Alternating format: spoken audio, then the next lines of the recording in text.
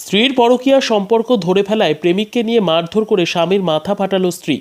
স্ত্রীর পরকীয়া সম্পর্ক ধরে ফেলায় প্রেমিককে নিয়ে মারধর করে স্বামীর মাথা ফাটালো স্ত্রী।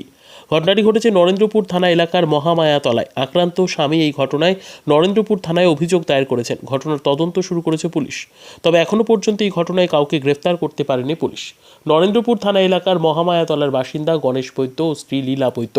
এই এলাকায় তারা কর্মসূত্রে ভাড়া থাকেন। তাদের আসল বাড়ি নামখানা এলাকায়। 11 বছর আগে তাদের বিয়ে হয়। তাদের একটি কন্যা সন্তানও আছে। স্কুল জীবনেই দুজনের মধ্যে সম্পর্ক। প্রায় বছর 5 প্রেমের সম্পর্ক থাকার পর তারা বিয়ে করেন। সম্প্রতি স্ত্রী লীলা বৈদ্যর ফোন প্রায় ব্যস্ত থাকতো। তা থেকে সন্দেহ হয় স্বামীর। তিনি গোপনে স্ত্রীর কথা বলার সময় তা রেকর্ড করেন। তখনই বিষয়টি সামনে আসে। দুজনের মধ্যে ঝামেলা শুরু হয়। তারপর প্রেমিককে ডেকে স্বামীকে বাটাম দিয়ে মারধর করা হয় বলে অভিযোগ। ঘটনার তদন্ত শুরু করেছে পুলিশ।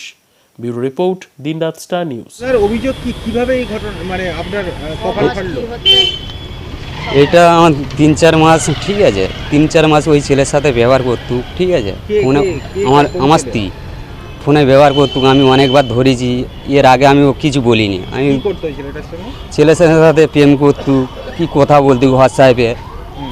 কথা বলার পরে ওই নাম্বারটা বারবার ফোন আসতো। ও নিজে থেকে বলতো এটা কাজের বাড়ির নাম্বার, ঠিক আছে, কাজের বাড়ির নাম্বার বলে ও আমিও গুরুত্ব করতাম না।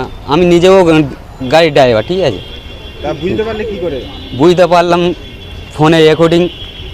ওর তো লক অন্যরকমই। ও স্বামী স্ত্রী ঘর সংসার করতে গেলে ফোন থাকে। ও আমার ফোনের লক ও জানতো। আমার ফোনটা নিয়ে ও ঘাঁটতুক বেশি। ওর ফোনটা করে রাখতো, ঠিক আছে। ওর ভাইয়ের ছেলে আসতে ওর কাছে ফোনটা ছিল। আমি বলি বাবু একটু ফোনটা দে তো বাবা। আমি কাজে থেকে ডিউটি থেকে এসে আমি ভাত খেতে ও চান করতে গেছে, ঠিক আছে। সেই সময় আমি এই রেকর্ডিংগুলো আমি ওই ছেলের নাম্বারটা ফলো করেছিলাম। রেকর্ডিং থেকে বুঝতে পারেন যে আমি তারপরে বললাম, আমি কিছু আর বলি না। দুপুরে ভাত খেলাম, ও কাজে থেকে এলাম, আমি ওকে জিজ্ঞেস করলাম পাশে আপনার এই অবস্থা হলো কিভাবে? এটা হয়েছে আমি বলছি। তারপর ওকে আমি জ্বালালাম, রেকর্ডিংটা শোনালাম। আমি রেকর্ডিংটা কোথায় থেকে, এটা কি হয়েছে তোর? তুই কাকে ভালো আছিস? এই ছেলেটাকে আর তুই এইগুলো করছিলিস কেন? হ্যাঁ বলছে তুমি বেশি বাড়াবাড়ি করছো। আমি বেশি বাড়াবাড়ি নি।